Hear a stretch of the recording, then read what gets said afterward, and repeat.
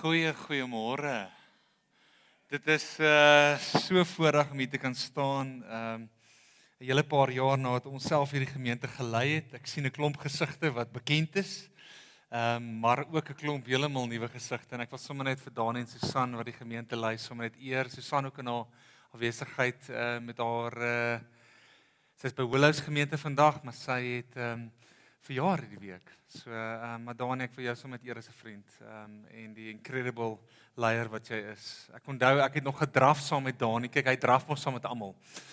Iewers coach hy iemand gewoonlik en ek het nog saam met hom gedraf daai tyd en toe was ek nog baie diep enkel lopend. En ek onthou nog hy het vir my gesê, "So wat van daai Mishke meisie?" En hier is ons. 11 jaar later en 3 kinders, my oudste het nou hier gestaan toe ons die Here se naam groot gemaak het. En wat 'n voorreg is dit nie om mense kinders te sien groot word, ook in die weë van die Here. En dit is my so lekker om hier te kan wees. Regtig dankie vir elkeen van julle en ek voel so tuis hierso en my vrou sou vandag eintlik by ons gemeente gewees het, maar sy het met 'n kom verras. So nou voel ek nog meer tuis dat sy so is. Ek wil net met jou Bybel oopmaak saam met my in Psalm 63. Ons gaan Psalm 63 saam lees. Julle kom uit 'n psalmsreeks uit en toe Dani my vra om vandag te kom preek, toe besluit ek kom ek merge 2 reekse, een oor die psalms en een waarmee ons tans besig is in ons Hilarispark gemeente met mekaar. En daarom is dit vir my so 'n bietjie van 'n, soos die jong mense sal sê, 'n mash-up tussen ons herlewingsreeks waarin ons tans is by Every Nation, Hilarispark, en julle prediking, 'n psalmreeks. En ek vertrou die Here volgende iets baie spesiaals gaan doen. So kom ons lees saam uit Psalm 1 uit. 63 vers 1. 'n Psalm van Dawid na aanleiding van sy verblyf in die Juda woestyn. Ek soek U, o God, my God. Ek dors na U. Ek smag na U soos in 'n dor en 'n droë land, 'n land sonder water. Ek wil by U in die heiligdom wees om daar die mag en die grootheid te ondervind. U troue liefde is meer werd as die lewe. En daarom sal ek U prys. Ek sal U my lewe lank lofs geniet, sal ek U altyd roep om U naam te prys. Soos elke keer wanneer ek U goeie gawes geniet, sal ek U altyd roem met jubelende mond. As ek aan U dink op my bed en oor die pyns in die nag, dan weet ek, U is vir my 'n hulp. En dan juig ek oor die beskerming onder die vleuels. Ek bly altyd naby U. U hand ondersteun my. My siel is aan U verkleef. U regterhand ondersteun my, sê die ou vertaling van daardie laaste vers. Here, as ons U woord oopmaak vandag, Here, dan is dit nie moontlik vir 'n mens om gestand te doen aan wat U nog altyd wou gesê het hier deur en hier uit nie. Maar ek vra dat U my lippe sal gebruik en sal seën en dat U salwing vandag sal vloei om ons harte te kom opwek. Here, om waarlik herlewing te kan beleef in ons eie lewens, maar dan ook vir hierdie gemeente en ook vir die gemeenskap en dan ons land, soos ons nou net gesing het. Stuur U vuur, Here. Dat daar vandag 'n vonk in harte aangesteek word en dat dit 'n magtige vuur sal word in Jesus se kosbare naam. Amen. Amen. Ek het nou genoem, ons is in 'n reeks in Every Nation Hilarispark waar ons as ouderlinge eintlik al in Mei maand begin het, waar ons 'n boekie opgetel het met die naam Revival Rain en saam deur dit begin gaan het en saam deur dit begin werk het en toe nou besluit het, maar kom ons vat al ons life group leiers en van ons kernleiers deur dit in die maand van September en ons spreek 'n reeks met die titel Revival is, herlewing is. En vandag gaan ek hierdie wonderlike herlewingsgebed wat ons nou net gelees het, gebruik as 'n agtergrond waar ek glo die Here vandag iets wil kom aan die brand steek in jou eie lewe. Nou herlewing in sy hele wese sê dat iets is dood en iets moet weer opstaan, hè. Iets is dood en iets moet weer herleef. En as ons na herlewing kyk deur die geskiedenis, is daar gewoonlik 4 eienskappe wat gebeur. Die eerste een is, dis altyd met gebed geonderskraag of selfs begin met gebed. As ons nou ook 'n bietjie later vandag gaan kyk na een van die groot herlewings in 1949, die Hebridean Revival, dan is dit gebed wat dit altyd gelei het, maar dan is dit altyd God wat naby kom, die kerk wat weer lewend word en dan verlorenes wat by Jesus uitkom. En daai is altyd die 3 kenmerke. God wat naby kom, die kerk wat weer herleef en weer lewend word en dan verlore mense wat by Jesus uitkom. En vandag gaan ek stil staan net by die eerste ene. Wat beteken dit as God naby kom? Nou net teologies, God is oral, né? God is alom teen, hy is oral, né? Maar in herlewing is daar 'n nabykom van God op 'n manier wat tasbaar is. Want niemand kan deny God is nou hier met julle nie. En daarom hoe hy naby kom in daai oomblik is deur die Heilige Gees en daarom gaan ek ook vandag so 'n oomblikie net stil staan by die Heilige Gees. En dis soos die woorde van Jesaja 64 vers 1 wat sê as U maar die hemel wou oopskeur en wou afkom.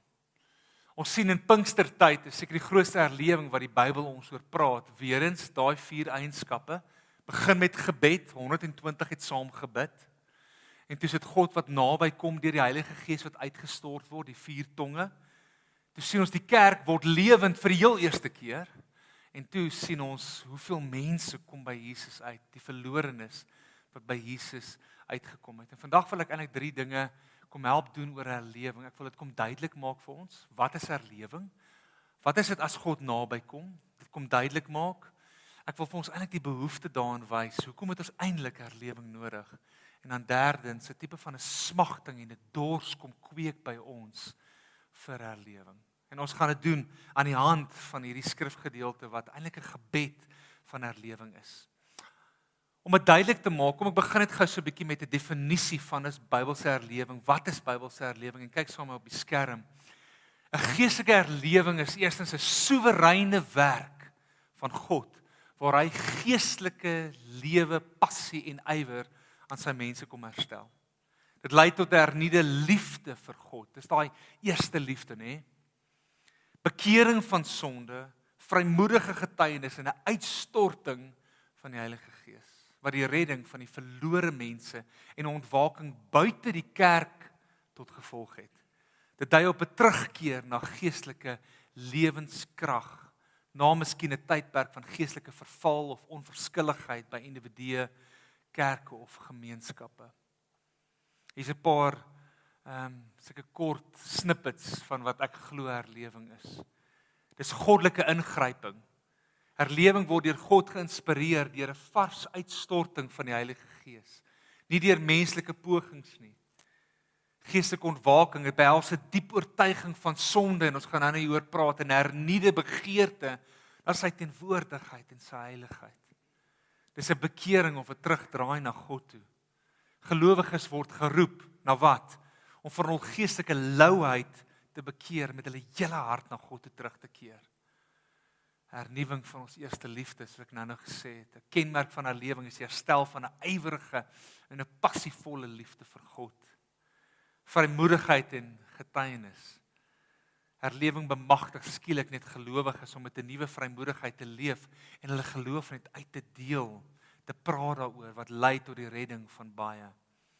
Transformasie, dit transformeer individue en kan versprei om hele kerke, gemeenskappe en nasies te beïnvloed. En laastens, dis baie ervaringsgerig en dis baie prakties. Dit bring praktiese verandering met herstelde passie vir Bybelse lering, vir die woord van God, vir vreugdevolle aanbidding en dan ook toewyding aan sending. Dit is my so lekker ook dat ons volgende maand 'n hele sending maand is in ons stadswye kerk en ons sien so uit om julle die 26ste Oktober daar by Hoërskool Waterkloof te ontvang vir ons stadswye 'n diens waar ons saam die Here se naam gaan aanbid en in sending gaan inklim. So, met dit 'n bietjie as 'n agtergrond van wat is Bybelse herlewing, want ons baie name wat baie keer toegeken word aan ek is hierdie herlewingskerk of ons hierdie herlewingskruisade. Maar wat is herlewing in sy wese? Hoop ek het nou so 'n bietjie van 'n essensie daarvan. Maar herlewing is niks as dit nie by my begin nie. En daarom gebruik ek Psalm 63 vanoggend as 'n tipe van 'n herlewingsgebed vir my en vir jou. En dit is my gebed dat jy Psalm 63 na vandag jou eie sal maak en sal vra, Here, stuur herlewing, maar begin by my. OK. So kom ons klim in, so versie vir versie in Psalm 63. En Dawid begin, konteks is, die skrif sê vir ons, 'n Psalm van Dawid toe hy waar was in die woestyn van Juda. Nou dit was of wat? Dit was of toe hy gevlug het vir Saul vroeg in sy lewe, of toe hy eintlik gevlug het vir Absalom, sy eie seun, wat die koninkryk wou oorgeneem het. En ongeag van dit, hy vind homself in die woestyn. 'n Plek wat baie van ons self mee daar kan identifiseer, miskien al gedoen het, of miskien is jy vandag in so 'n tipe woestyn. En sy eerste sinnetjie wat hy sê is, ek soek na U, o God, my God. Engels sê, O God, you are my God. Herlewing doen die volgende. Herlewing maak vir altyd duidelik, wie is jou God? It settles something in your soul, who will be your God? Jy sien, Dawid het geleef in 'n tyd waar daar baie ander gode was. En ons lewe in 'n soortgelyke tyd. Ons gode lyk net nie heeltemal miskien soos dit daai tyd gelyk het nie. Dis nie dalk 'n beeldjie wat iewers is of 'n uitgesneede beeld. Nee, ons gode lyk anders. Ons gode kom in ander forme. My kultuur, my volk. Ons gode kom dalk in my geld, of in my posisie, of in hoe ek lyk. Kan ek vandag vir jou uitroep en vra, sal jy soos Dawid kom settle in jou hart, wie is jou God? Dat jy sal uitroep en sê, God, you are my God. God, U is my God. Nou die woord wat daar gebruik word is die woord Elohim. En Elohim is die heel eerste keer in die Bybel wat God genoem word, die oppermagtige een, die almagtige een. Het jy al dit in jou lewe kom settle soos Genesis 1 vers 1 sê, in die begin het God geskep. Daai God sê Dawid en hy verklaar, U is my God. Herlewing settle daai ding eens en vir altyd. Wie is my God? In die woorde van Josua, in Josua 24, toe hy na die mense toe draai in vers 15 en sê, maar as dit verkeerd is in julle oë om die Here te dien, kies dan vir julle vandag wie julle wil dien. Of die gode wat julle vaders daaroor kan die Eufraat gedien het, of die gode van die Amorite in wie se land julle nou woon. Maar ek en my huis, sê asseblief saam met my, ons sal. Kan jy vandag dit besluit? As jy dit nog nie besluit het nie. Namens jou familie, namens jou kinders, as jy kinders het, namens jou geestelike kinders, as jy 'n disipelmaker is, wat ons almal is in hierdie kerk. Ek en my huis, ons sal die Here dien. God, you are my God. U is my God. Ek gee nie om wat die ander dien nie. Ek gee nie om wie die ander dien nie, maar ek, my huis, ons sal die Here dien. Hy gaan dan aan en hy sê, God, you are my God. Earnestly I seek you, sê die Engelse vertaling. Dis nie net ek soek U nie. Met my hele hart wil ek U soek. Nou, daai woord wat daar gebruik word, earnestly I seek you, of ek soek U vroeg, het te doen met vroeg in die oggend, en 'n taak wat jy moet doen. Dink aan daai wildtuinoggende, nê? Daai vroeg wildtuinoggende waarvoor ek weet Dani so lief is. Jy het die koffietjie langs jou, jy het die kinders wat nog so 'n bietjie slaap, en daar gaan jy, en wat gaan soek jy? Daai eerste leeupappie, wat ons burgers nooit kry nie. Maar ons sal aanhou soek. Ons sal aanhou soek. Die Here se guns sal op 'n stadium kom, ek weet dit.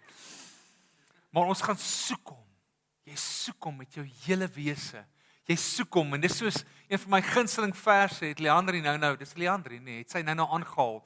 Jeremia 29, nie noodwendig vers 11 en 12 nie, maar vers 13. Hoor hoe mooi sê dit. Julle sal my soek en vind, as julle na my vra met julle hele hart. En ek sal my deur julle laat vind, spreek die Here.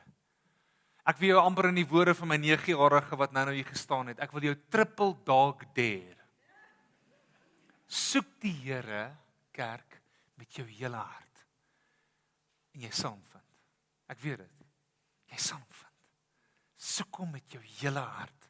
En dis wat Dawid hier gedoen het. Jy sien die herlewingspreekers, Here, ek soek U.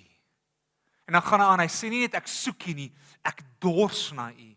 Ek dors na, I thirst for you. Die ou vertaling sê so mooi, my siel dors na U. Nou die siel is die woord nefesh. Nefesh is die setel van jou lewe. Met jou hele wese dors ek na die Here. Ek weet ons almal dors na iets. Ek dors na 'n bietjie water want ek het verkoue hierdie week gekom. En ek het baie water gedrink, maar jy sien ons almal dors na iets. Die vraag is nie of ons dors nie, die vraag is wat gebruik ons om ons dors te les. En ongelukkig, ons kom uit hierdie prediker reeks wat ons net nou die dag gehad het, gebruik ons soveel plesiere in hierdie lewe om ons dors te les.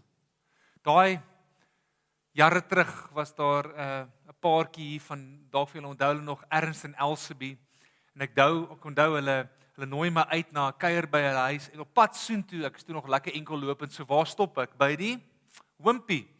En ek koop gou vir my 'n lekker kossietjie, ek eet ietsie op pad na hulle toe, en toe ek die deur so oopmaak, toe ruik ek die kos.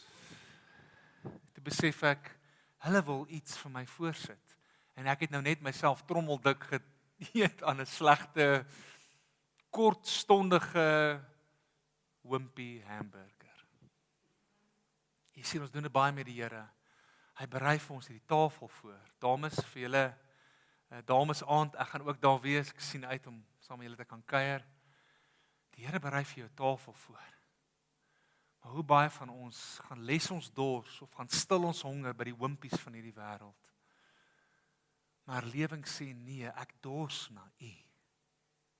Jy sien, herlewing breek die bekoring en die mag van die wêreld wat die oë van mense verblind en wek beide die wil en die krag om in hierdie wêreld te leef, maar nie van hierdie wêreld nie. Kan ek vir jou vra, wat is die goeders wat in jou honger probeer stil en jou dors probeer stil? En die Here staan daar en hy sê, ek wil jou dors kom les. Ek wil jou honger kom stil. Hy gaan aan en hy sê, my vlees smag na U. Daai woord smag, die enigste keer in die Ou Testament wat hierdie woord gebruik word, is die woord kama. Die heel enigste keer sê ek smag na U. Baie jare terug, ek was 19 jaar oud, 20 jaar oud, toe skryf ek 'n liedjie. Dalk onthou julle van dit, was vir my heel eerste album, 'n Luitkeels album, en die woorde gaan so: U is al wat ek begeer. Die wêreld kan kom, die wêreld kan gaan, maar U sal ewig staan. U is alles en nog meer, en my hele wese smag na U, Heer. Dis wat hy so sê. Hy sê ek smag na U, ek kama na U. Ek soek U, ek dors na U, ek smag na U. Wat is die gemeene deler tussen al drie? Na U. You see, revival is not looking for revival, is looking for the revivalist. En sy hele wese is herlewing nie, ek soek net herlewing nie, ek soek die een wat die herlewing gee. Jy sien, ons niks anders wat my en jou kan versadig nie. Ek soek U, ek dors U, ek smag na U, en ek wil uitroep vir hierdie skare mense voor my vanoggend. Die Here wil 'n eerstehandse geloof met jou hê.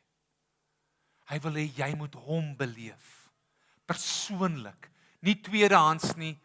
Ja, dis wonderlik dat 'n pastoor hier voor kan staan. Dis wonderlik dat jy 'n life groep of 'n connect groep leier het. Dis wonderlik as jou man of jou vrou die Here dien, maar Here wil self met jou 'n ontmoeting hê. Vir ons jong mense, is my so mooi haar getuienis nou. Die Here wil self met jou ontmoet. As 'n 13-jarige het ek die Here ontmoet. Dis al 'n hele klompe jare terug. Maar eerstehands om beleef, daar's nie 'n junior Heilige Gees nie. Daar's een Heilige Gees wat met ons kinders, met ons jong mense, met ons studente en met jou 'n persoonlike verhouding wil hê.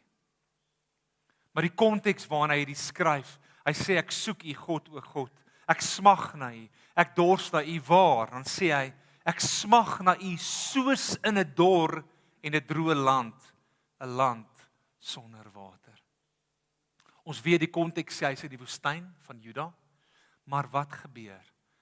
Hy sê soos ek in hierdie woestyn is, so dors en smag ek ook na U. Nou, daai is 'n vergelyking wat hy tref. Dis nie net ek's in die woestyn en alles hier rondom my is dor en droog en leeg nie. Hy sê ek smag na U asof ek in hierdie tipe land is.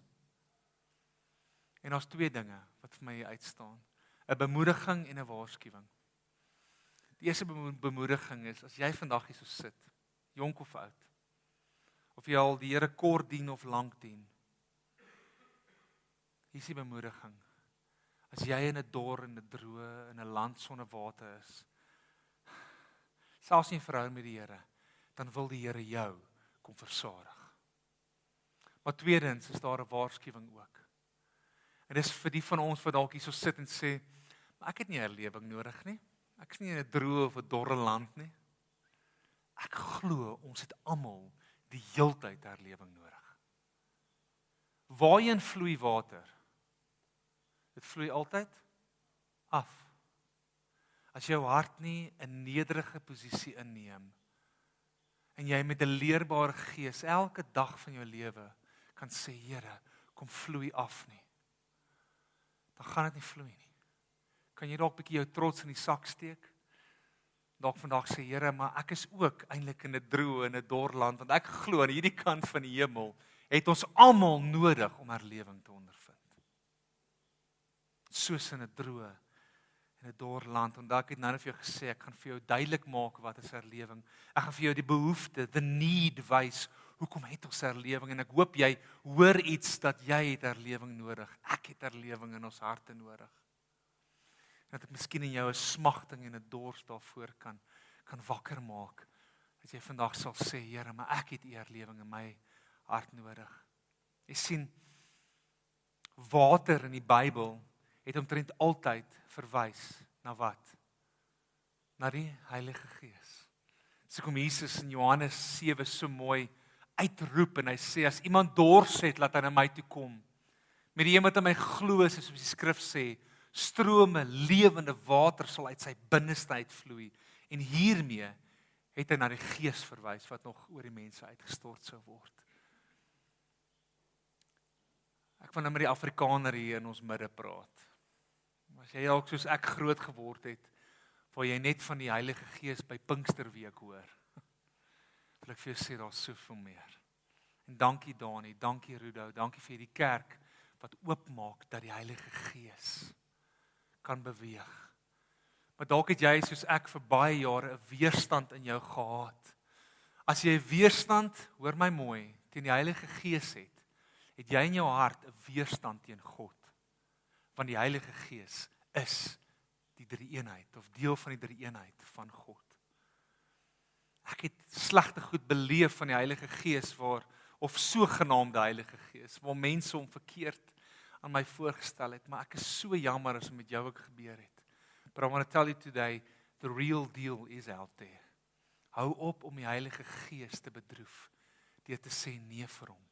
As God die water oor hierdie gemeente wil uitstort, dan beteken dit, hy stort die Heilige Gees oor julle uit. As dit beteken die Heilige God kom naby, is dit in die persoon van die Heilige Gees. Dis wat enige herlewing nog altyd was die Heilige Gees. En pas op dat jy nie soos Andrew Murray is, wat toe die Heilige Gees in Suid-Afrika aankom, deur 'n jong kleerling meisie wat opstaan daar in die Kaap, hy jou eintlik wou stil maak nie. Hy wat gebid het vir herlewing, het amper die herlewing gestop.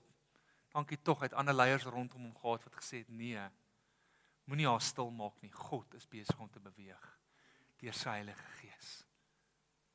Ons leer ons kinders van vroeg af, as hulle bid vir maatjies en seën vir maatjies, dan bid hulle goed soos, Here, en ons bid dat hulle in 'n hemelse taal sal praat. My 9-jarige, 7-jarige, 5-jarige bid nou al oor die hemelse taal.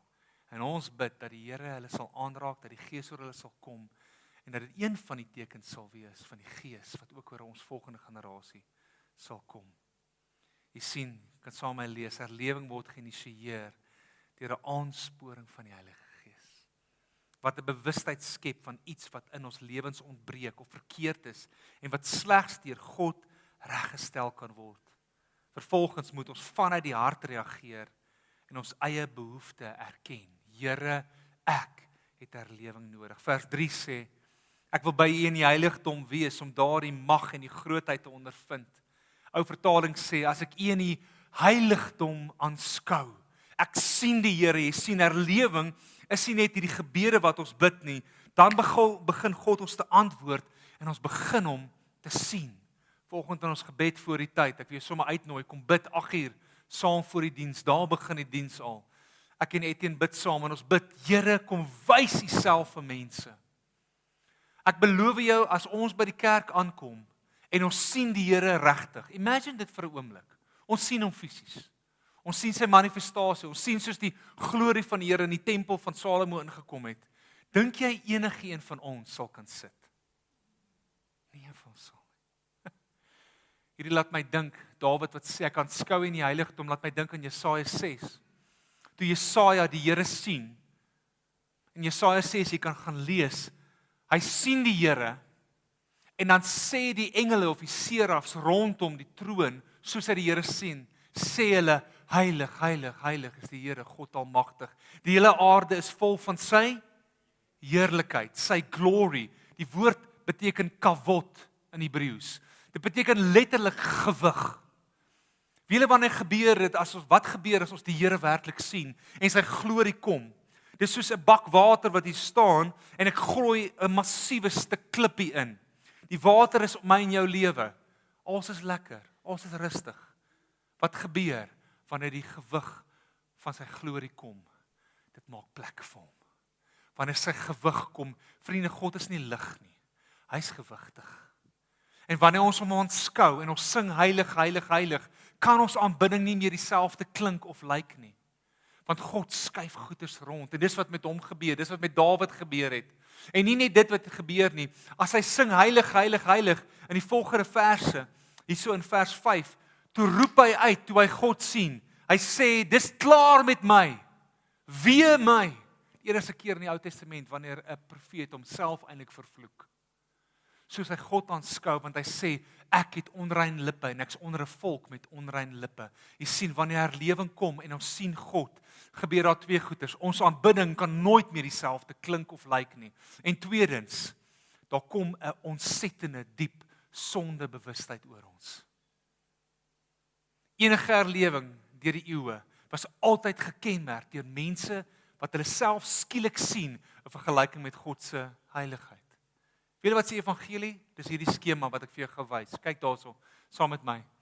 Hierdie is Retief, toe hy tot bekering gekom het, 1994, 28 September. Ek is bewus gewees van God se heiligheid en bewus van my eie sondigheid. Op 'n kamp, toe kom die kruis van Jesus en dis die enigste manier om die gaping tussen my heiligheid, my sondigheid en God se heiligheid te kom oorbrug. Dis net deur Jesus alleen. Die evangelie moet vir jou altyd albei wys. Die ware evangelie sal vir jou wys jou eie sondigheid. Wanneer God naby kom soos Jesaja, maar hy wys ook vir jou God se heiligheid en jou sondigheid. Maar hier's nou Retief baie jare later, die volgende skema. Kyk wat gebeur met my. Dis amper 30 jaar later wat ek Jesus nou al dien. Kan julle sien hoe langer ek saam met die Here stap, hoe meer raak Retief bewus van my eie sondigheid. En hoe meer word God, die openbaring van God se heiligheid in my lewe word al hoe groter. Raai wat moet groter word in my lewe ook? Die openbaring van wat Jesus aan die kruis gedoen het. Paulus dieselfde. Begin van Paulus se lewe sê hy, I'm the least of all the apostles. Ek is die minste van alle apostels. Aan die einde van sy lewe sê hy, I'm the chief of all sinners. Kan ek vir jou vra hoe lank jy al met die Here stap? Party van julle stap al 20, 30, 40, 50 jaar saam met die Here. Kan ek vir jou vra, het die openbaring van Jesus al groter in jou lewe geword? Dat jy besef, Here, as dit nie vir U was nie, as dit nie vir U was nie, as dit nie vir U was nie. Here, hoe kan ek voor die heiligheid staan? Net deur die kruis van Jesus alleen. En dis wat herlewing doen. Herlewing begin in ons harte iets te brand. Vriende, kan ek vir jou vra en pleit, kan jy begin sonde haat in jou lewe? Dis wat met herlewing gebeur. Dit sê, Here, begin met herlewing en begin hier binne in my. Here, kom brand iets hier binne in my. Here, kom maak oop en kom sny. Ek haat dit deesdae om die advertensies tussen sport te kyk. Daar's nie 'n advertensie sonder dobbel op nie. Het julle al gesien? Online sport betting. Wie hoekom val soveel mans daarvoor? Want is daai avontuur in ons. Ons is gemaak vir avontuur, daai risiko vat. Maar is uit die put van die hel uit. Hoeveel mense verloor duisende, miljoene. Ek het soveel oulike laggrappies gekry toe ek laas jaar met die Betway SA20 die bal misgevang het. Ja, ek was op die TV, ek het hom misgevang. Dis ek wat daar in die mout beland het. Ek het so probeer vang en ek is hier so in Supersportpark Maar weet jy wat, na die tyd, ek is so dankbaar ek het hom misgevang. Want daai is dobbel geld wat ek sou wen daar. Ek wil nie dit hê nie. Ek gebruik nou een voorbeeld, maar wat 'n ander voorbeeld daar staan in ons wêreld. Dinge wat julle dalk aan verslaaf is, wat jy aan verslaaf is, en die Here sê, ek wil jou heilig hê, soos ek heilig is. Vriende, ons kan nie kerk speel, en hydag sit ek in die kerk, of nie in die kerk nie, ek hoor iewers by 'n cricket ding, hoor ek hoe iemand sê, ja, ons het die lekker kerkbazaar gehad, en weet wat is die lekkerste ding van die kerkbazaar? Daar was 'n gin bar by die kerkbazaar. Ek is soos, wat die hel? Dis hoe dit in die kerk geword het. Not so with us. Mag ons heilig leef. Mag ons sê, Here, kom brand hierdie vuur in my. Mag my aanbidding verander, maar Here, mag u heiligheid met my gebeur. Op 'n kragtige manier trek die Heilige Gees die sluier terug wat die wêreld oor die waarheid gegooi het en stel gelowiges en ongelowiges in staat om wat te doen? Om hulle self ten volle te sien in vergelyking met God se majesteit en sy heiligheid. Sulke vergelykings bring groot nederigheid en 'n diep bekering, maar ook 'n groot ontzag vir God en sy werklike wonderlike genade deur die kruis. Dank die Here dat hy 'n herlewing nie het vir ons sonde wys nie. Dis wat die duiwel doen, by the way. Verskil tussen conviction en condemnation. Die duiwel sal jou sonde wys met geen antwoord nie. Condemnation normally shows you are the failure, not you have failed. Die Heilige Gees daarenteen wys vir jou daai klein goedjies in jou lewe wat nie reg is nie. En dan vat hy jou net so aan die hand na die kruis toe en sê kom bely dit by die kruis. Dis wat gebeur in herlewing. En my gebed is mag dit by jou vandag begin. En mag dit soos 'n vonk spoel. Dis soos my goeie vriend Ewan Oberholzer sê. Hy is daar by ons in gemeente. Hy sê koöperatiewe herlewing is die vuur, maar persoonlike herlewing is die vonk. Mag dit in elkeen van ons 'n vonk wees. Soos gebeur het in 1949 op die eiland van Lewis, toe die Hebridean Revival uitgebreek het. En dit is so mooi, dis begin met herlewing. Jy kan gaan oplees, daar's baie daaroor. Jy kan gaan kyk klomp klein videoklips en al daai tipe goedjies. Die man wat daarbey betrokke was die man Duncan Campbell. Daar's 'n foto van hom op. Maar lank voor hierdie Skotse prediker daar aangekom het, was daar 'n paar ou tannies wat gebid het. Ek hou van ou tannies wat bid in die kerk. Dis altyd goed. Hulle was oor die 80 jaar oud. So ou tannies in die kerk hierso, hou aan bid. Hulle was oor die 80 jaar oud. Een tannie was heeltemal blind en hulle het begin bid vir herlewing. En toe begin die ouderlinge en die diakens intrek want daar was glad nie 'n prediker op die eiland gewees nie. Hulle het begin bid.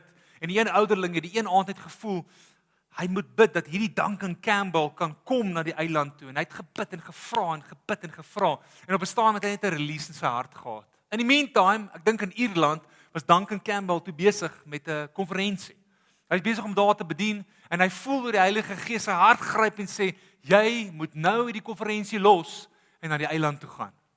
En gehoorsaamheid doen hy dit, kom daar aan, kry 'n klein laaitie en sê, hey, vertel vir my, waar is die predikant van die eiland? En hy sê, ons het nie een nie oom, maar daar's 'n ouderling daarbo. Maar moenie worry nie, moenie na hom toe gaan nie, gaan na die ouderling se broer se huis toe, want hulle het geweet jy kom. En daar's al reeds vir jou verblyf. En by the way, vanaand 9:00 preek jy in die kerksaal. Toe die Heilige Gees vir hulle gesê hy gaan kom. Daai aand kom hulle is 80 mense bymekaar, kom ons sê dis so 'n gedeelte van hierdie middelste blok. Hy preek sy hart uit, maar niks gebeur eintlik noemenswaardig nie. En die kerk is gebou op so 'n heuweltjie. En hier staan die predikant en die hoofouderling of die ou Duncan Campbell en die hoofouderling. En daar sien hulle die mense afstap na hulle huise toe terug. En eintlik nogal teleurgesteld, die Duncan. En net voor hy amper half kan kla, draai die ouderling om hom toe en sê, Mr. Campbell, look, God is coming. En in 'n oomblik begin mense net voor die Here neer te val in die paadjies op pad huis toe. Skielik begin die ligte aan te gaan in die dorp van mense en die Here het naby gekom. En dit was gekenmerk deur diepe berou en 'n terugdraai na God. Toe voor daai tyd was daar nie jong mense in die kerk nie. in een van daai herlewingsdienste toe hulle weer sien, toe kom maar 300 jong mense uit die danshuis of uit die drinkhuis skielik by die kerk aan en sê, wat moet ons doen om gered te word? En die Hebridean Revival het uitgebreek. Gaan lees 'n bietjie daaroor. Kan dit wees dat die Here so iets wil kom doen hier by julle? Dis die goed waarvoor ons bid in ons gemeentetjie daar aan daai kant. En ons sien. So nou dag 'n moslem gehad wat in ons diens tot bekering gekom het, na wie ons uitreik in Pretoria Wes, ons te uitreik onder die Somaliërs daar. In ons diens kom hy na die Here toe. Nou is daar nie tekens is van herlewing nie, dan weet ek nie wat nie. Hy eindig met die beloftes van God wat vervul word in vers 5. Die 53 vertaling sê so mooi, soos met vet en vettigheid sal my siel, my nefesh, onthou nou die setel van die lewe, sal dit versadig word. Dis wat gebeur het. Dawid het net gevra en gedors en gesmag nie. Nee, die Here het hom kom versadig. Soos John Piper sê, God is most glorified in us when we are most satisfied in him. Vriende, mag jy plesier in die dinge van die lewe, die ander gode, die dinge net weggeskei word, dat die Here jou vervulling word. Vers 7, as ek aan die dink op my bed, oor die pyns in die nag, dan weet ek, U is my hulp. Dan juig ek oor die beskerming onder die vleuels. En dan vers 9, my siel is aan U verkleef. U regterhand ondersteun my. Die Here het 'n begeerte dat jou siel aan hom verkleef sal wees. Dat hy jou hulp sal wees, dat hy jou beskermer sal wees. Dat jy sal sê, Here, ek skuif alles weg. Ek skuif alles weg. Ek dink is vers 5 wat sê, because your love is better than life, my lips will praise you. Dawid het verklaar, Here, selfs nie is my lewe en die waarde van lewe beteken vir my so baie soos U nie. Psalm 73 vers 25, daar's niks in die hemel of op die aarde wat vir my meer beteken as U nie. Vriende, as ek hier oor julle kyk, is my diepste begeerte, en al hoor jy net dit vandag, dat jy so verlief sal word op die Here. Dat jy so aan hom sal kleef. Dat nie man of vrou of kinders of kerk of Afrikaner kultuur of wat ook al vir jou belangriker sal wees as hy nie. Dat jy herlewing sal soek in jou eie siel. Party van julle dien die Here al baie jare. En jy onthou hoe jy hom gedien het toe jy klein was, toe jy jonk was, daai vuur, daai passie. Ek bid dat die Here sal kom aansteek in jou. Daai passie waarmee Leandrie nou hier gepraat het. Wat ons jong mense, daai, ek weet die lewe gebeur. Ek het ook 3 kinders. Ek het 'n wonderlike vrou. Ek het ook verantwoordelikhede en baie rekening om te betaal. Maar mensdom, kan ons kleef van die Here en 'n begeerte hê om te sê, Here, U en U alleen. U en U alleen. Daarom wil ek ons met 'n gebed afsluit. Eers 'n belofte wat daai Hebridean revivalist, daai ou tannies aan vasgeklou het.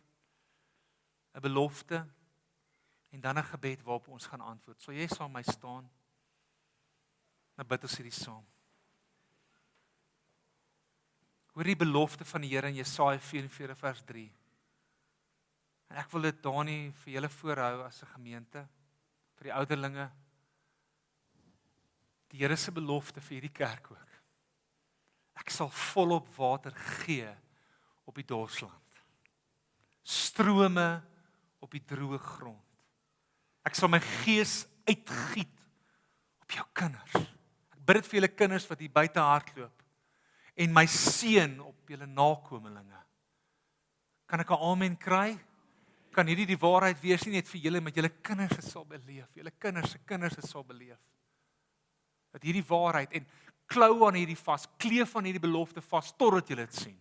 Totdat jy sien jou eie huis, in jou eie huwelik, in jou eie vriendekring, jou eie life groep, in jou eie connect groep, in hierdie eie gemeente.